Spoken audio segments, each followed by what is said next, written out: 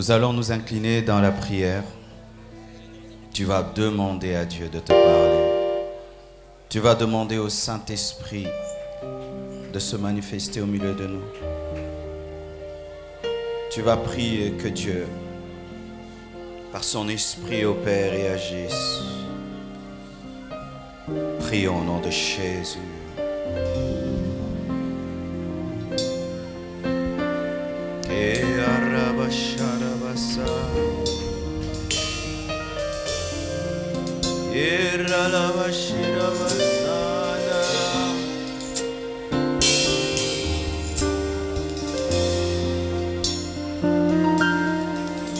Napesi nyonso na yo nabonzi nyonso na yo nabombi eloko te nabombi eloko te nabombi eloko te nabombi eloko te nga napesi nyonso nabonzi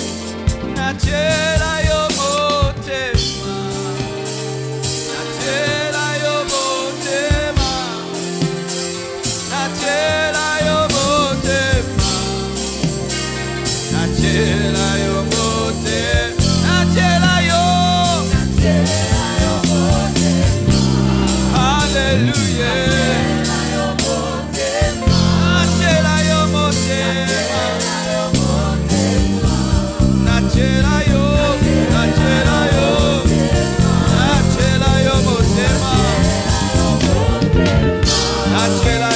motema. Achela yo motema. Achela yo motema. Achela yo motema.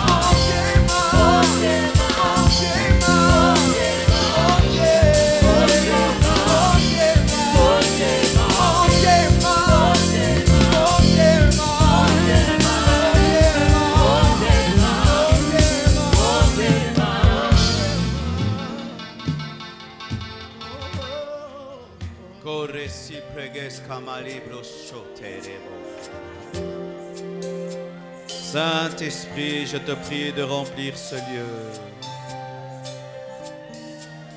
Saint-Esprit, je te prie de remplir ce lieu.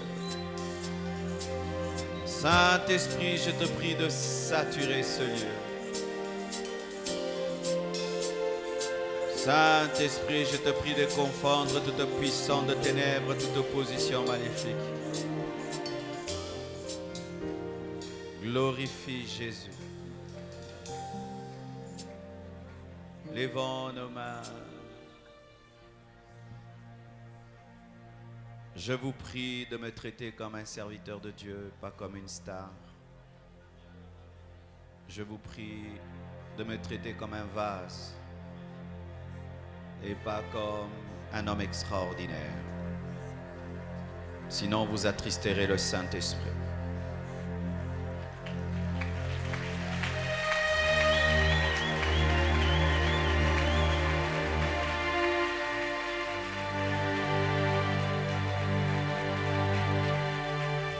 Je suis conscient, Saint-Esprit, qu'aucun homme ne peut être sauvé ce soir sans ton action.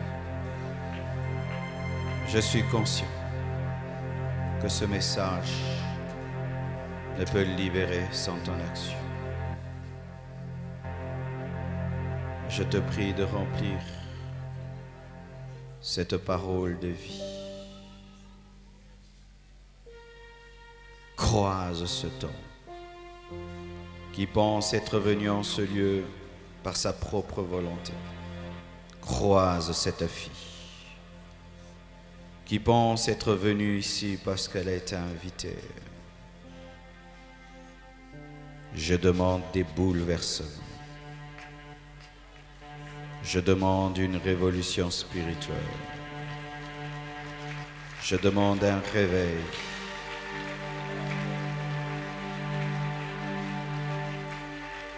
Shinde kerozuka Zumande gerego sunte keregosh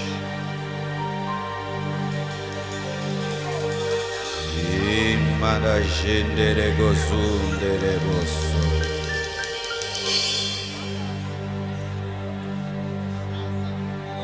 Rome kende ko meri shurazuta Rume de cose che ride shararabasunte reboso L'indigaria sumpe che riado sunte che riete shar Robeke abasonteria shereravosa. Que tes anges montent et descendent dans ce lieu. Que toute puissance contraire soit paralysée, anéantie. Et que tout agent de ténèbres soit désactivé au nom de Jésus-Christ de Nazareth. Accompagne cette parole de puissance, de guérison, de délivrance, de vie. Que ce pourquoi tu as permis que cette croisade ait lieu soit fait totalement à 100%. Guide-nous, dirige-nous. Holy Spirit, I need you. Praises.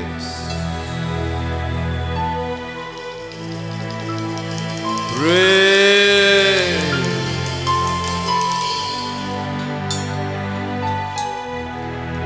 Praise.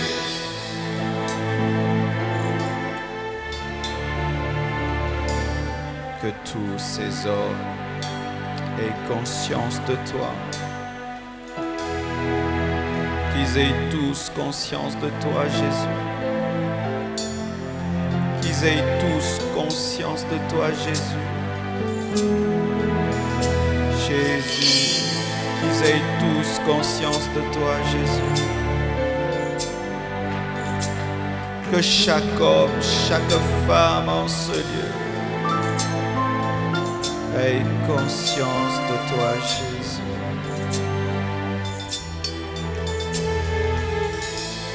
Guide-nous, dirige-nous. J'ai ainsi prié, reçu maintenant même. Amen. Gloire à Jésus. Alléluia. Asseyez-vous, s'il vous plaît. Je bénis Dieu pour ce thème. C'est très rare qu'on m'invite prêcher pour parler du péché. Je crois que vraiment c'est une rareté d'être invité pour s'entretenir au sujet du péché. Nous sommes dans Jean 5, du 1er verset au 14e verset.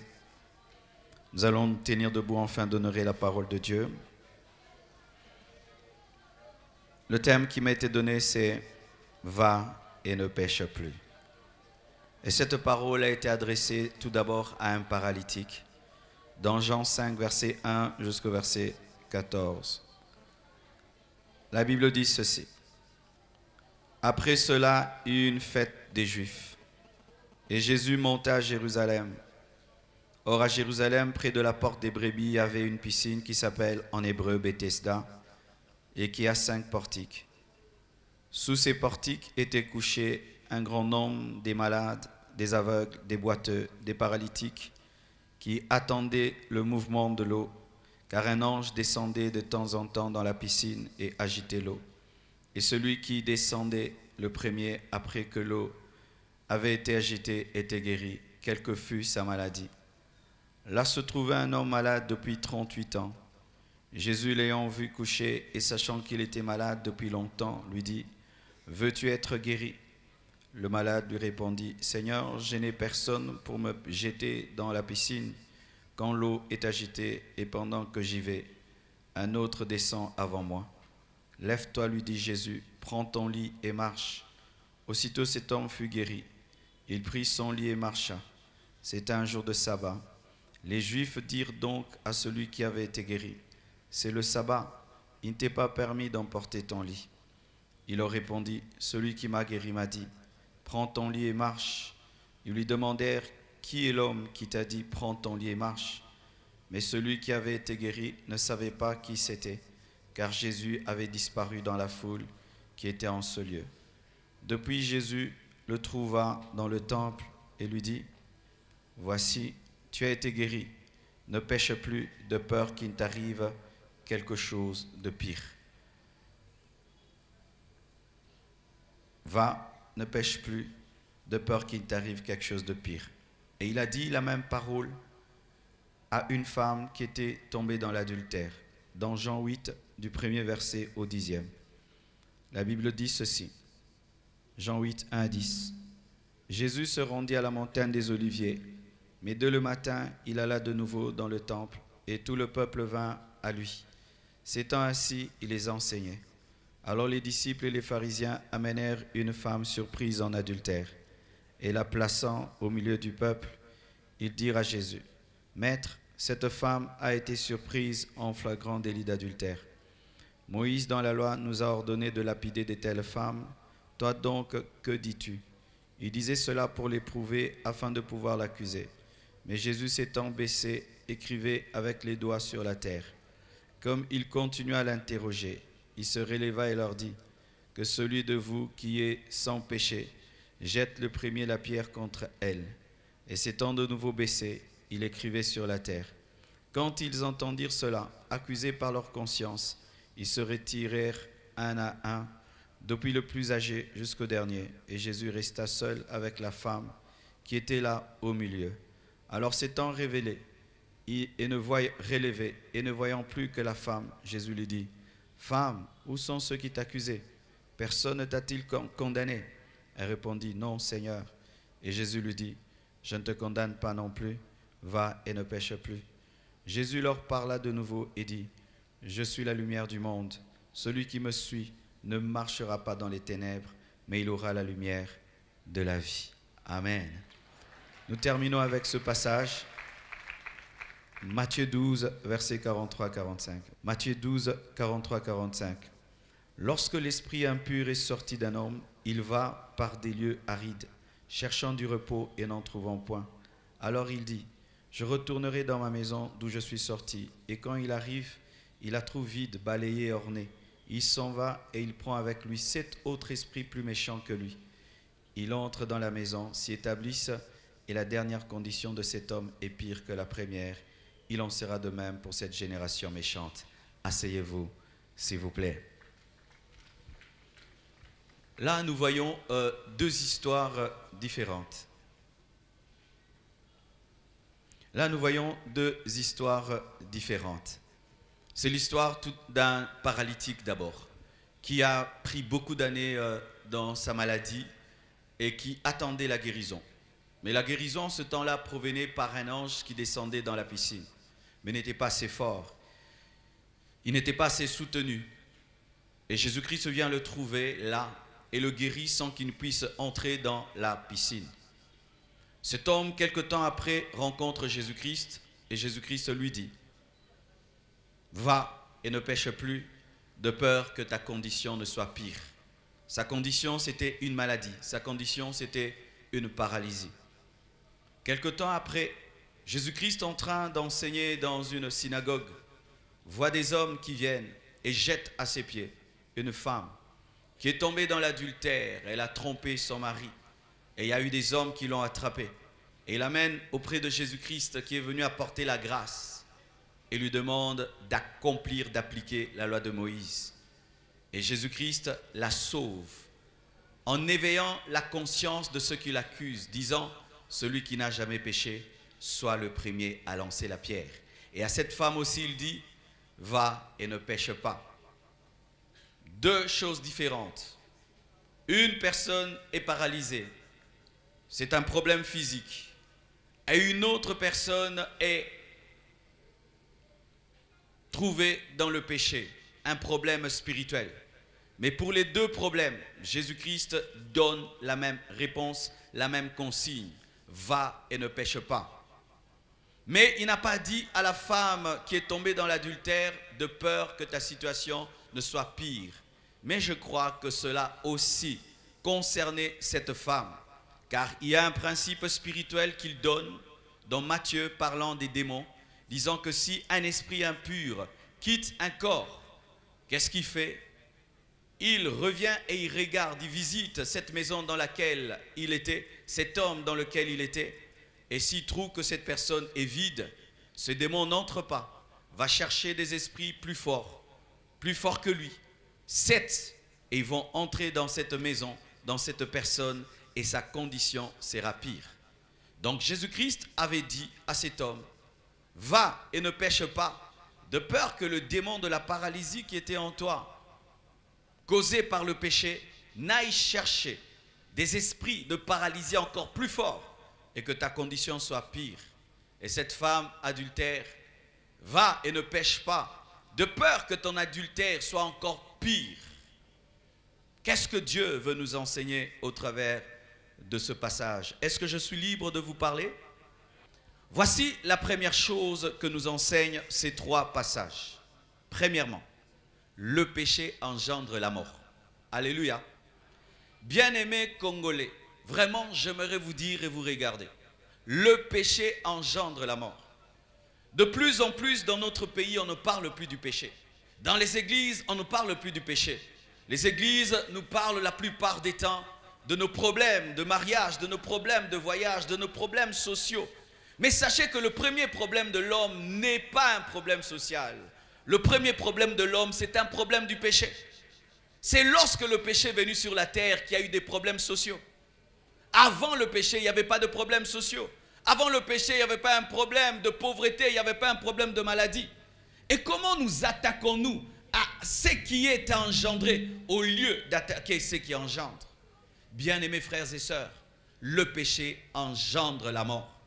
La femme trouvée en flagrant délit d'adultère, la Bible nous dit qu'on a voulu la tuer. Elle devait mourir. Elle devait mourir. Pourquoi? Parce que le péché engendre la mort. Quel que soit le péché. Quel que soit le péché. Car souvent nous quantifions les péchés. Nous disons que faire ça c'est le mal, mais ça c'est pas très mal. Et la plupart du temps parmi les jeunes disent que si je couche avec une femme, c'est vraiment un péché. Mais si je flirte avec ma fiancée, ce n'est pas un péché. Flirter et coucher, c'est la même chose. Amen. Hein? Flirter et coucher, c'est la même chose. Je dis flirter et coucher, c'est la même chose. Commettre l'adultère et se masturber, c'est la même chose. Alléluia. Dénuder une femme, c'est un péché. Regarder un film pornographique, c'est aussi un péché. De la même manière, le péché engendre la mort. Mais ce n'est pas parce que tu marches que tu n'es pas mort, car Adam et Ève étaient devenus des mortels, mais ils ont vécu longtemps. Le problème de l'homme, c'est que lorsqu'il pêche, il ne vit pas automatiquement le péché, il pense qu'il vit, alors que la mort, c'est d'abord une séparation avec Dieu. Tout ce qui te sépare de Dieu t'a tué. Tout ce qui te sépare de Dieu t'a tué. Même si tu es en bonne santé, même si tu étudies et tu as distingué, tu es mort. Même si tu as distingué, tu es mort. Le péché tue.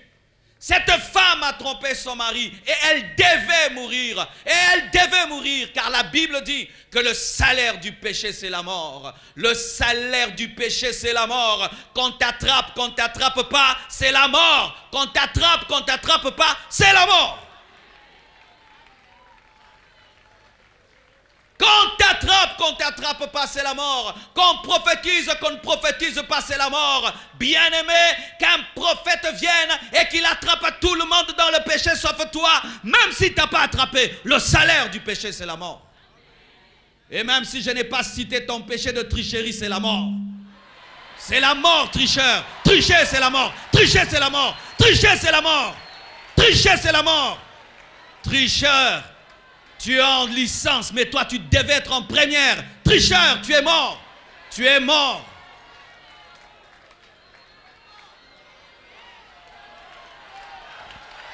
Le péché engendre la mort. La femme commet l'adultère et on exige la mort. Deuxièmement, le péché engendre la maladie. Jésus-Christ dit à cet homme qui était paralysé et qui vient d'être guéri, il dit, va, ne pêche pas. Oh, il fallait lui dire, va et évite les microbes. Il devait lui dire, va et lave-toi les mains. Veille sur ton hygiène alimentaire de peur que tu ne tombes malade. Mais il lui dit quoi? Va et ne pêche pas de peur que tu sois paralysé comme avant. Pourquoi? Sa maladie ne provenait pas des bactéries ni des microbes, mais provenait du péché. Oui, bien aimé, tu peux pécher, tu deviens paralytique. Tu peux pécher, tu deviens aveugle. Tu pêches, tu deviens sourd. Tu pêches, tu deviens impuissant. Tu pêches, tu deviens stérile. Combien de cas de stérilité aujourd'hui dans les églises? Beaucoup de cas de stérilité dans les églises causés par le péché. Et vous allez là-bas, on vous enlève des myomes, des fibromes, on vous enlève, mais vous n'enlevez pas le péché. Où est le chirurgien qui enlève le péché? Où est le chirurgien qui enlève le péché? Oh myome, j'ai un myome, c'est pourquoi je n'enfante pas, j'ai un kyste. Mais tu ne dis pas aussi que tu es impudique. Tu ne dis pas que tu es impudique. C'est pourquoi tu ne sais pas donner des enfants à ta femme ou donner des enfants à ton mari. Ça, on ne dit pas. Cette personne était paralysée. Mais Jésus lui dit, ne pêche pas de peur que tu sois paralysé. Pourquoi? La maladie peut provenir du péché. Certaines maladies que tu as dans ton corps sont venues lorsque tu as commencé une vie de péché. Et Dieu t'a frappé. Et le diable en a profité afin de détruire ta vie. Car il y a des démons, mes frères, qui donnent aussi des maladies. Des démons qui donnent des maladies. Et là, le microscope ne peut les voir. Tu peux consulter le plus grand médecin au monde. Il ne verra pas. Il ne verra pas. Va et ne pêche pas, de peur que tu sois paralysé. Et des fois, nous accusons les hommes de Dieu qui prient pour les paralytiques dans les croisades. Regardez, ce sont des magiciens. Ce paralytique-là avait marché dans la croisade et voilà maintenant qu'il ne marche plus parce qu'il est au quartier. Jésus dit à cet homme, moi Jésus, le Fils de Dieu, je t'ai fait marcher, mais si tu pêches, tu vas redevenir paralytique. Alléluia! Certains aveugles qui redeviennent des aveugles, c'est parce qu'ils ont vécu dans le péché. Il était aveugle, il ne voyait pas. Et quand il ouvre les yeux, il entre dans la convoitise. Tu étais paralytique et tu marches et puis tu deviens judoka. Dieu te donne, mais il reste à côté de toi pour observer comment tu te comportes parce que Dieu n'est pas un féticheur. Tu peux recevoir un miracle et tu perds le miracle. La parole de Dieu le dit. Oui, tu peux recevoir un miracle et tu perds le miracle. Tu peux recevoir une guérison et tu perds la guérison lorsque tu utilises la force que Dieu te donne pour pécher contre lui.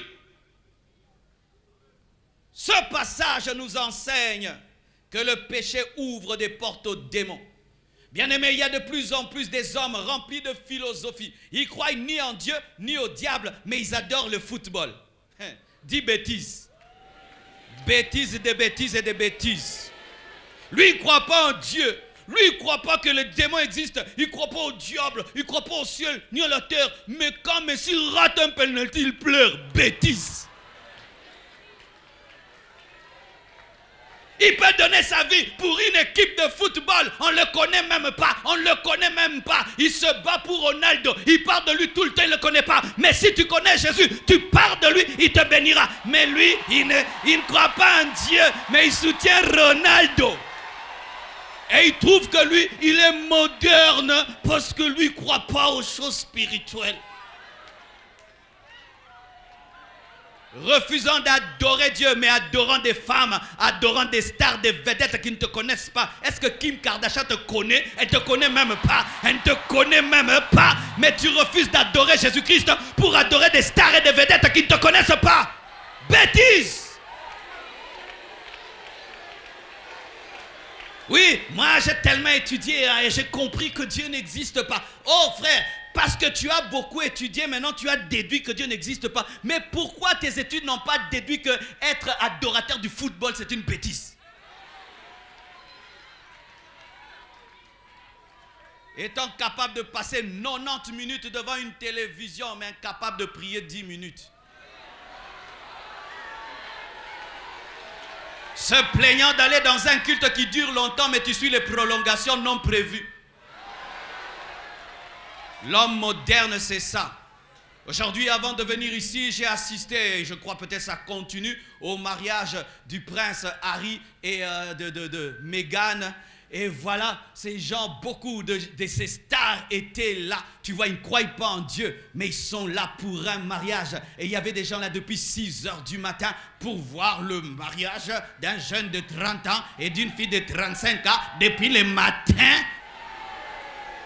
Je préfère passer du temps pour attendre que la gloire de Dieu tombe sur moi, que la présence de Dieu me remplisse, que le Saint-Esprit puisse me donner un oracle, qu'être là en train d'attendre. Elle a porté une robe Givenchy, un parfum ceci, un collier cela. Bien aimé, c'est ça insensé. L'homme moderne est devenu insensé. Refusons d'adorer Dieu pour adorer des hommes. Refusons d'adorer Dieu pour adorer des ballons de football. Le monde spirituel existe. L'homme a été créé par le spirituel. Au-delà de ce que vous voyez, il y a des démons et il y a des anges. Il y a Dieu, il y a le diable. Il y a le monde des ténèbres et le monde des lumières. Il y a ça, ça existe. Et plus l'église devient moderne, il ne faut plus parler des démons, il ne faut plus parler de démons, il faut avoir des cultes classe. Bien aimé, lorsque l'hôpital refuse le sang, ce n'est plus l'hôpital. Le monde spirituel existe. Au-delà de ce que tu connais, il y a des esprits. Ici, il y a des agents du diable, des sorciers. Il y a des magiciens ici. Tu penses que tu es à côté d'une fille alors que c'est une sirène. Tu es à côté d'un beau garçon. Tu penses que c'est un beau garçon alors qu'il est envoyé par le monde de ténèbres. Mais oui, je ne te dis pas de discerner ton voisin. Il ne te fera rien. La puissance de Dieu est ici. Il ne te fera rien du tout.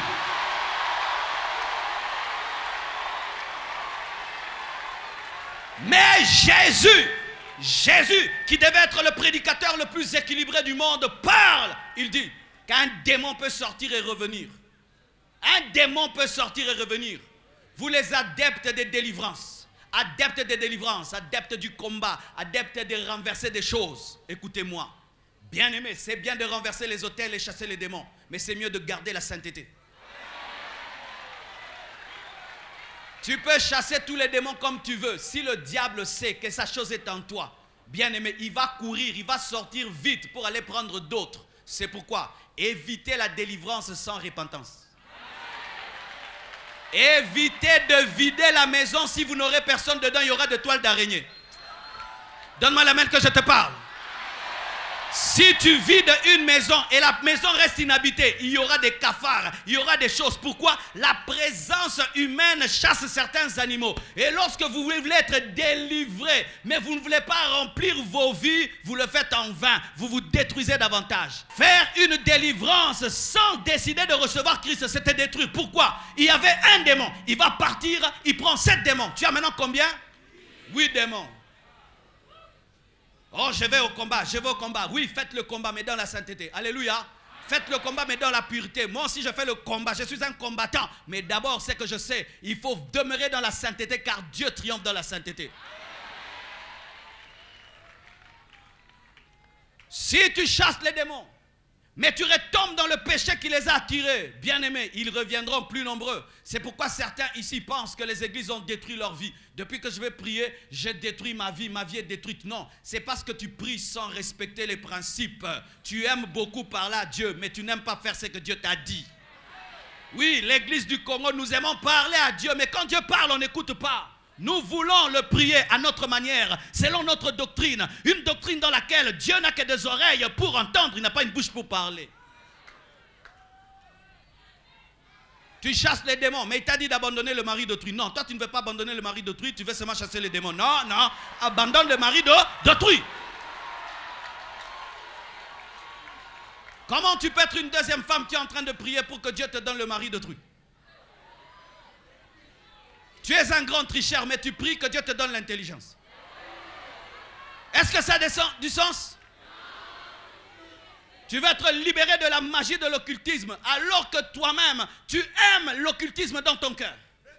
Comment tu peux le faire? Mes frères et sœurs, vous devez savoir ceci, que lorsque vous chassez, vous devez remplir. Celui qui chasse sans remplir, c'est détruit. Dieu n'est pas là que pour nous donner. Dieu n'est pas un magicien. Lorsque tu vas chercher un féticheur, il te pose la question, que veux-tu? Et puis il te donne, il n'a que faire de ce que tu deviendras. Mais Dieu est un père, c'est un pédagogue, et qui te demande d'obéir à sa parole, afin que ce qu'il te donne te détruise.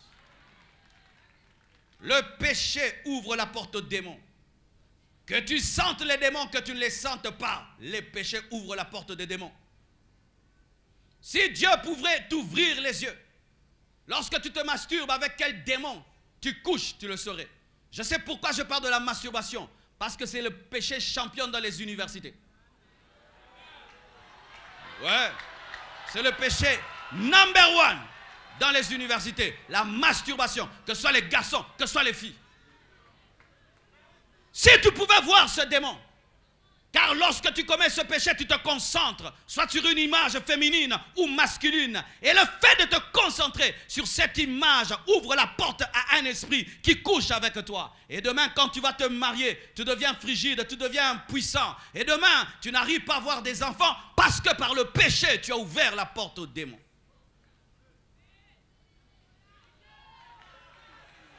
Le péché. Le péché amène la honte et le scandale. Cette femme qui est tombée dans l'adultère, lorsqu'elle est tombée, qu'est-ce qu'on a fait? On la prend et on la jette devant Jésus. Quel scandale! Imaginez, en plein culte, je suis en train de prêcher là. Et on prend une maman, on la jette ici et on dit qu'elle a trompé son mari. Elle a des frères, elle a des sœurs, elle a des relations, elle a des enfants. Quelle honte! Le péché amène la honte. Le péché amène le scandale. Bien-aimé, si jusque-là le péché n'a pas encore amené le scandale dans ta vie, il finira par l'amener. Je ne pense pas que c'était la première fois que cette femme avait péché. Elle avait l'habitude de le faire, mais on ne l'attrapait pas. Et un jour, on t'attrapera. On t'attrapera. Tu triches, un jour, on t'attrapera. Frère tricheur.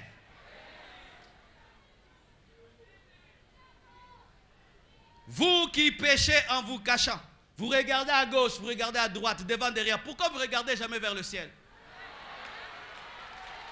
Vous regardez à gauche, devant, regardez aussi au ciel. Il y a l'œil de Dieu qui te voit. L'œil de Dieu te voit. Lorsque David est tombé dans l'adultère, il a regardé à gauche, personne. Devant, personne. Au nord, personne. Mais il y avait l'œil de l'esprit. Nathan pouvait le voir en train de prendre la femme d'autrui. La honte. Ton père qui est respecté, tu vas l'humilier en attrapant une grossesse, ma soeur. Ton père qui est honoré dans votre famille, tu vas l'humilier en engrossant une fille du quartier.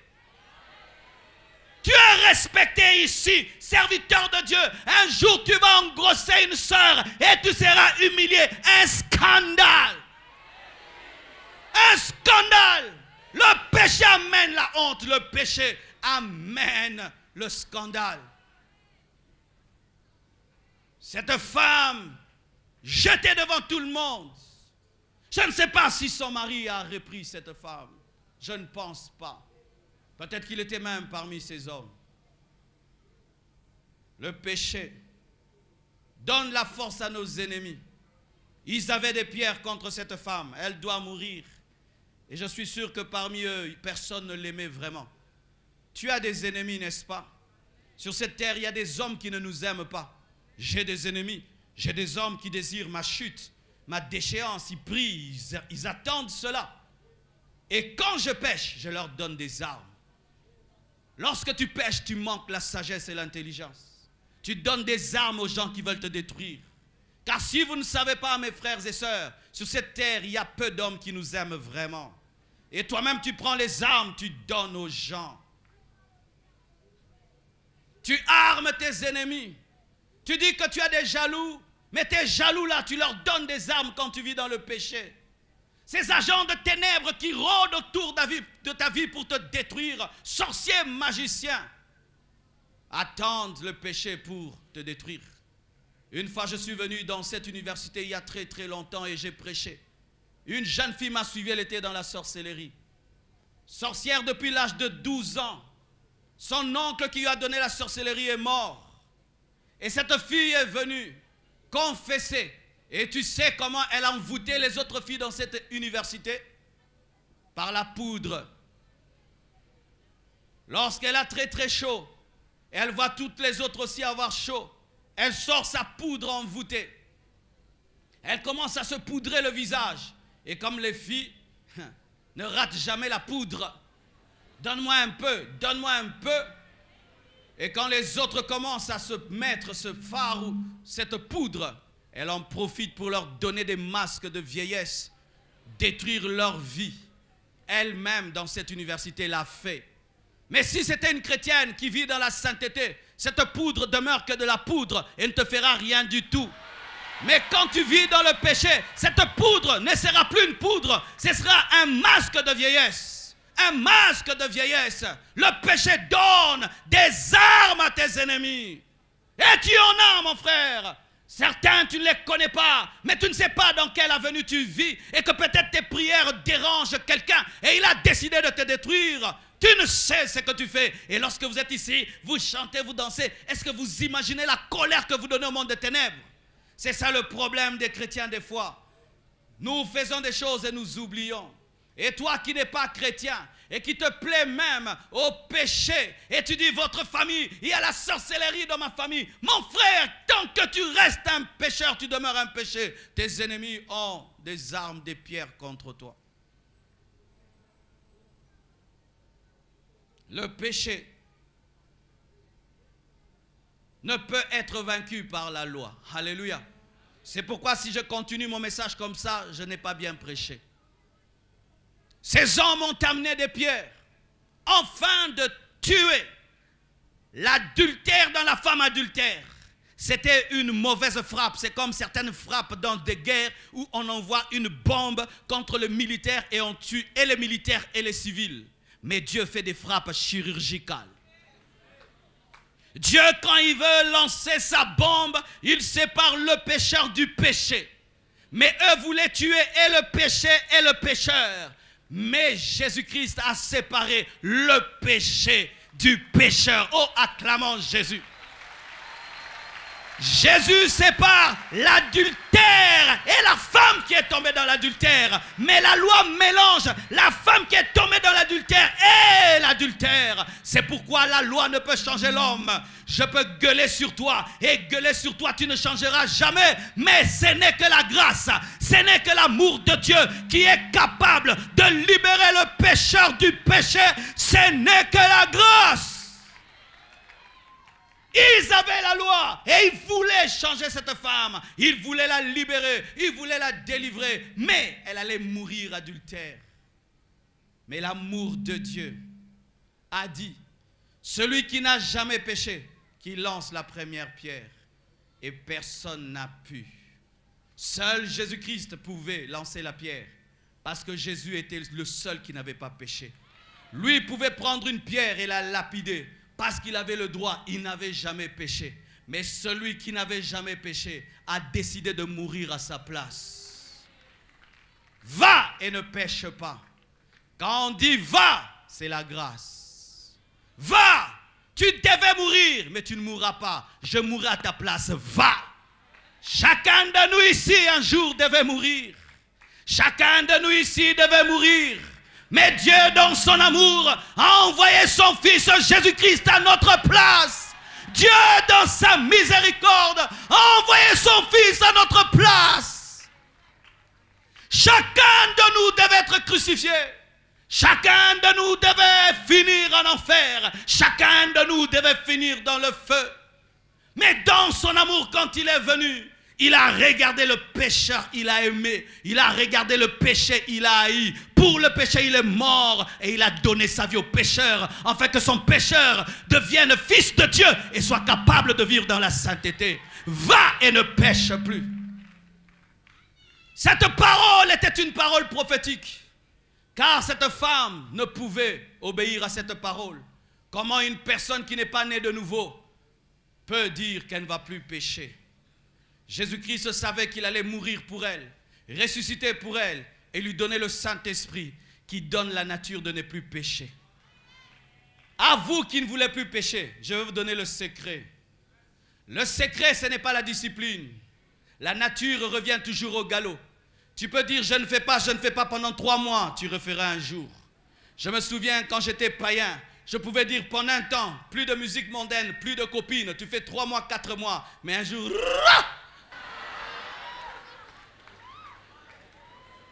Le bien que tu veux faire, tu n'arrives pas à le faire. Le mal que tu ne veux pas faire, tu n'arrives pas à l'abandonner. Tu es en train de faire quelque chose, mais tu ne l'aimes pas. Mais tu sens une puissance en toi qui te pousse. Tu veux arrêter, mais demain tu es encore en train de faire. Quel est le secret? Le secret de la sanctification n'est pas dans la décision. Le secret de la sanctification est dans la transformation. Et quand je parle de transformation, ce n'est pas que toi tu commences à faire des choses, mais tu reçois Christ qui te donne une nature qui produit la sainteté. Et toi tu l'entretiens. Oh, donne-moi la main, je vais te parler.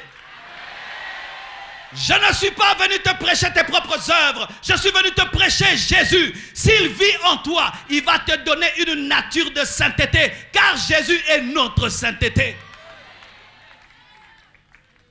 Un homme qui se sanctifie par ses efforts, un jour finit par se fatiguer. Mais l'homme qui se sanctifie par la nature ne se fatigue jamais. Est-ce que tu t'es déjà fatigué d'être un homme? Jamais, n'est-ce pas? Tu as la nature de l'homme. Est-ce que tu es déjà fatigué d'être une femme? Jamais. Tu as la nature de la femme. Et lorsque tu te convertis, tu te donnes la nature. Va et ne pêche plus. Veut dire, je mourrai pour toi, je ressusciterai pour que tu ne pêches plus. Car si je te laisse dans cet état, tu pécheras encore. Oui, tu pécheras encore. C'est pourquoi tous les prophètes avaient des défauts. Moïse avait des défauts. Élie avait des défauts. Élisée, tous avaient des défauts. Un seul était parfait. Et il faudrait que le parfait vienne vivre dans ta vie pour te donner la nature de la perfection. Oh, remashinda laba kontolobo saya. La grâce, c'est comme le professeur d'université qui devient ton répétiteur à domicile. Afin de te permettre de répondre en avance aux questions qu'il te posera. Dieu vient dans l'homme afin que l'homme vive dans la sainteté. Vous voulez vaincre le péché? La solution n'est pas dans le jeûne. La solution n'est pas dans tes décisions. La solution est dans la foi. Oh oui, mes frères, il fut un temps lorsque je prêchais la sainteté comme étant les ensembles des efforts de l'homme. Archi faux. La sainteté, c'est par la foi. J'ai la foi que par Jésus-Christ en moi, je ne tomberai jamais dans l'adultère et je ne tromperai jamais ma femme.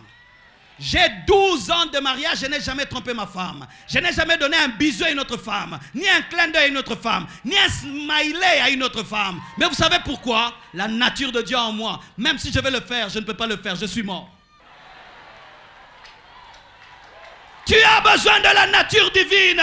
Et la nature divine tue le péché en toi. Ça tue le péché en toi. Ça tue le péché en toi. Pourquoi la vie chrétienne est devenue difficile? La vie chrétienne est devenue difficile parce que nous voulons être des hommes poissons. Le poisson est à l'aise dans l'eau, mais l'homme dans l'eau finit par sortir de peur d'être asphyxié. Et si tu es saint par tes efforts, un jour tu en sortiras. Mais si tu es saint par la nature divine, tu vas y demeurer. Et quand tout le monde dit que c'est difficile, toi tu dis que c'est facile. Pourquoi? Tu as la nature divine. Bien-aimés frères et sœurs, aujourd'hui, si tu veux aller sans péché, reçois Jésus-Christ dans ta vie. Reçois-le. Et je t'assure, tu auras la nature divine. Avant de donner ma vie à Jésus-Christ, j'étais lié à la musique du monde. Et quand Christ est venu dans ma vie, j'ai haï la musique du monde. J'ai senti une aversion pour la musique du monde. Avant de donner ma vie à Christ, j'étais impudique. Mais quand Christ est venu dans ma vie, j'ai haï l'impudicité. Pourquoi? La nature divine. La nature de Dieu. Le problème, c'est que maintenant, on vous dit d'aller à l'église au lieu de vous dire d'aller à Christ. Viens dans notre église. Non, l'église ne sauve pas. L'église ne sauve pas. Viens à l'église. L'église ne sauve pas. Viens à Jésus. Viens à la croix. Viens à Jésus. Reçois-le. Il te donnera la force de ne plus pécher. Et j'aimerais terminer. J'aimerais parler à certains chrétiens. Mes frères et sœurs, lorsque le démon part, il revient. S'il trouve la maison vide, il revient. Vivez dans la plénitude du Saint-Esprit. Laissez le Saint-Esprit vous remplir. Laissez le Saint-Esprit vous diriger. De moins en moins, nous avons des chrétiens remplis du Saint-Esprit. C'est pourquoi le péché revient dans nos vies. Quelle est la dernière fois que le Saint-Esprit t'a dirigé, mon frère? Quelle est la dernière fois où tu peux vraiment témoigner que le Saint-Esprit t'a dirigé? La plupart des temps, nous pensons que parlant d'autres langues suffit pour dire qu'on est rempli de l'Esprit. Être rempli de l'Esprit, ce n'est pas seulement parler en langue. Être rempli de l'Esprit, c'est être contrôlé par le Saint-Esprit, dirigé par le Saint-Esprit, guidé par le Saint-Esprit, coaché par le Saint-Esprit. Lorsqu'un ballon est rempli, il s'envole facilement parce qu'il est rempli d'air. Et quand tu es rempli de l'Esprit, vivre dans la sainteté devient une chose facile. Lorsque tu es rempli de l'Esprit, Tu es comme un pneu qui est rempli d'air. Et un pneu qui est rempli d'air roule plus facilement. Mais quand vous voulez mener une vie chrétienne sans le Saint-Esprit, sans être rempli de l'Esprit, alors la sainteté deviendra difficile. Laissez l'Esprit de sainteté vous remplir. Dès le matin, fléchissez vos genoux et demandez la plénitude de l'Esprit. Dès le matin, fléchissez vos genoux et demandez au Saint-Esprit de vous guider. Et je t'assure, le péché que tu as abandonné, tu ne retourneras jamais à ce péché. Jamais plus. Pourquoi? Le Saint-Esprit dans ta vie fera l'entretien de la sainteté. Comme on fait l'entretien d'une voiture, d'un moteur, il fera l'entretien de la sainteté. Vivez dans la plénitude du Saint-Esprit. Jésus a dit, vous êtes avantageux que je m'en aille, afin que vienne le Saint-Esprit. Il est impossible de mener la vie chrétienne sans le Saint-Esprit. Il est impossible de servir Dieu dans la consécration sans le Saint-Esprit. Même Pierre n'a pas pu. C'est seulement lorsque le Saint-Esprit est venu qu'il n'est plus retourné à la pêche. Sans le Saint-Esprit, tu vas retourner à la pêche. Tu vas retourner dans tes péchés. Tu vas prendre une bonne décision ici. Mais après, quand tu vas rentrer à la maison, tu vas commettre encore ce péché parce que tu n'es pas rempli de l'Esprit. Jamais un démon ne vient toucher, entrer dans la vie d'un homme rempli de l'Esprit. Le Saint-Esprit n'est pas une puissance, le Saint-Esprit est une personne. Je ne vous parle pas d'une puissance, le Saint-Esprit est une personne capable de parler, capable de guider, de conseiller, capable de s'attrister. Parlez au Saint-Esprit, adorez le Saint-Esprit, laissez-vous guider par le Saint-Esprit, laissez l'Esprit de Dieu vous enseigner sur le Père, vous enseigner sur le Fils, vous révélez la parole, vous guidez dans la prière, vous guidez dans l'adoration, vous révélez les secrets de votre vie, laissez l'Esprit de Dieu. C'est par l'Esprit que tu commences à aimer la vie chrétienne, que tu commences à aimer Jésus et que tous les jours tu as la force de dire non, non, ton nom d'hier est le nom d'aujourd'hui, ton nom d'il y a 10 ans est le nom d'aujourd'hui. Pourquoi? Le Saint-Esprit. Mais quand vos vies chrétiennes, c'est maintenant Facebook, Facebook, WhatsApp, WhatsApp, Facebook, des chrétiens, Facebook, Facebook, Facebook, Facebook. Oui! Tout le temps dans vos téléphones, vos téléphones, vos téléphones. Vous n'avez pas le temps de communier avec le Saint-Esprit. Tout le temps, tout le temps, tout le temps. Écris quelque chose sur Facebook et puis laisse. Fais ta vie. Mais tout le temps, est-ce que tu travailles à Facebook? Mark Zuckerberg te connaît. Des bénévoles sur Facebook. Tout le temps les ordinateurs, tout le temps la télévision, tout le temps la télévision, tout le temps les ordinateurs, tout le temps. Et les chrétiens ne sont plus remplis du Saint-Esprit. Pensez-vous que dans la chambre haute, ils allaient ouvrir WhatsApp? Ils allaient ouvrir Facebook? Mais nous venons au culte avec quoi? Des téléphones. Pendant l'adoration. Pendant le culte, on écrit. On répond à des SMS. On téléphone. Comment vous voulez être rempli du Saint-Esprit? Parce que vous ne le respectez pas. Vous ne le respectez pas. Le Saint-Esprit est Dieu. Dieu en majuscule. C'est pourquoi le péché est revenu dans ta vie. Parce que tu n'es plus rempli du Saint-Esprit. Et tu es étonné que tu commences à retrouver tes anciens péchés que tu avais vaincus quand tu étais un bébé spirituel. Aujourd'hui, tu n'arrives plus à les vaincre. Pourquoi? Quand tu étais un bébé, tu étais rempli. Aujourd'hui, tu es un adulte sans plénitude. Revenez à la plénitude de l'Esprit. Revenez au Saint-Esprit. Il n'y a pas une vie chrétienne sans lui. Vous échouerez et vous échouerez encore. Va et ne pêche plus. Va et ne pêche plus. Et pour terminer, va et ne pêche plus veut dire ceci. Même si Dieu t'aime, ne joue pas avec lui. Dis à ton voisin, même si Dieu t'aime, ne joue pas avec lui. Jésus la pardonne. Mais elle ne lui dit pas, va encore pécher, je serai encore là. Faites attention, vous qui jouez avec la grâce de Dieu. Ne jouez pas avec le sang de Jésus. Ou vous péchez aujourd'hui, vous péchez demain. Dieu est bon, il va me pardonner. C'est la grâce, oui la grâce. Mais la grâce nous enseigne à renoncer aux œuvres mortes. La grâce ne nous pousse pas vers le péché. Mais la grâce nous pousse à respecter l'œuvre de la croix. À respecter le sang de Jésus. Toute grâce qui te pousse vers le péché, ce n'est pas la grâce de Dieu. La grâce enseigne la haine du péché, le renoncement aux œuvres mortes. La grâce te dit, va et ne pêche plus. Va et ne pêche plus. Va et ne pêche plus. Paul dit, pécherons-nous pour que la grâce surabonde? Loin de là. Toute grâce qui te pousse dans le péché, qui devient une permission pour le péché, n'est pas la grâce de Dieu. Toute grâce qui te pousse à fouler l'œuvre de la croix n'est pas la grâce de Dieu. La vraie grâce t'amène à considérer que tu es un endetté. Ne jouez pas avec le sang de Jésus. Ne jouez pas avec l'amour de Dieu. Ne jouez pas avec le pardon de Dieu. Et certains même ici pensent qu'ils ont une alliance spéciale avec Dieu. Moïse n'est pas entré, le grand Moïse. Moïse n'est pas entré. Es-tu plus que Moïse? Va et ne pêche plus. Enfin, de résumer mon message, voici ce que j'aimerais que tu retiennes. Le péché tue et Jésus sauve. Et sans Jésus, tu ne peux vaincre le péché. Et si tu veux le dominer pour toute la vie, tu as besoin du Saint-Esprit. Que Dieu vous bénisse abondamment.